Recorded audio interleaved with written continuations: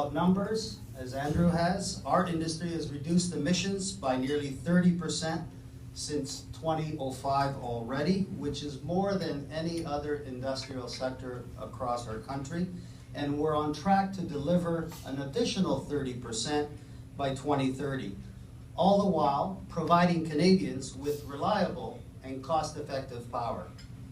Canada's electricity sector operates at the nexus of economic growth and environmental protection. And this is a crucial factor to note because meeting our climate aspirations is as much an economic challenge as it is an environmental one.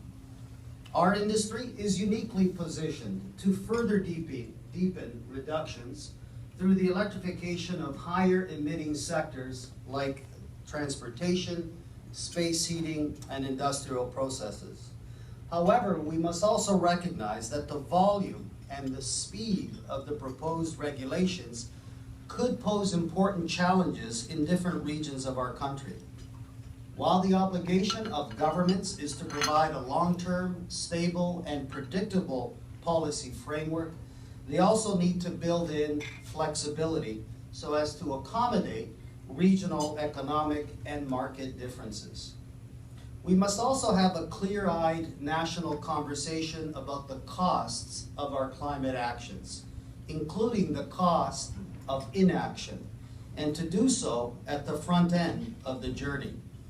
The goal is to strike the right balance and understanding between benefits and costs, which will enable us to forge a long-term national consensus based on an informed public.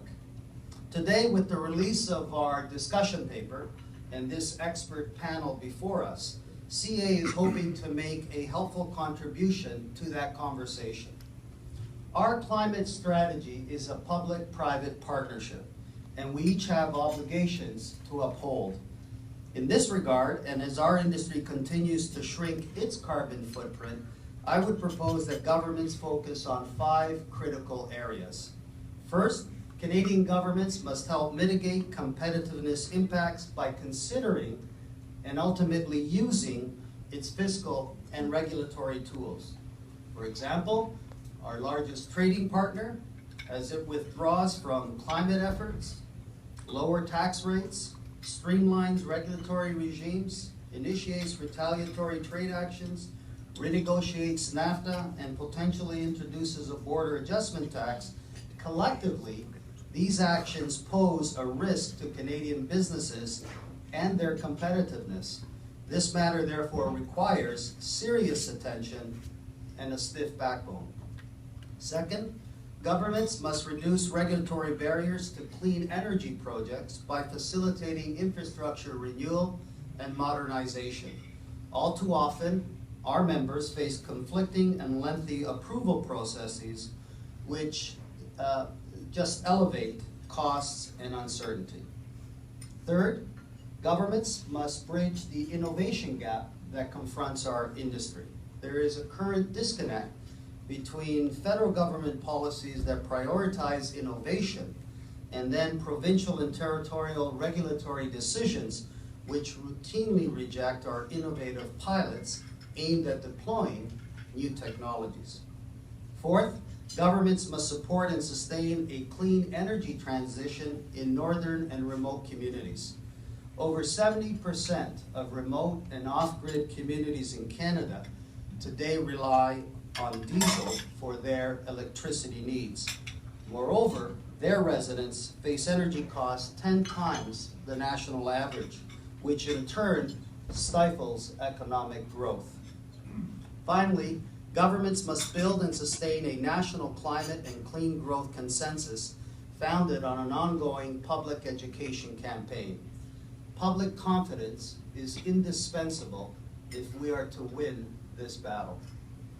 In closing, fighting climate change will not be a sprint, nor will it be easy. And to find success, we will need to firmly establish where we are going, how we're going to get there, what the journey will cost, and then stay the course.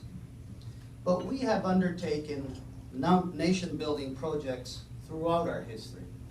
Think of the great railroads of the 19th century, the highways, seaways, and national broadcast systems of the 20th, or the Canadian-made arm that extended mankind's reach into outer space.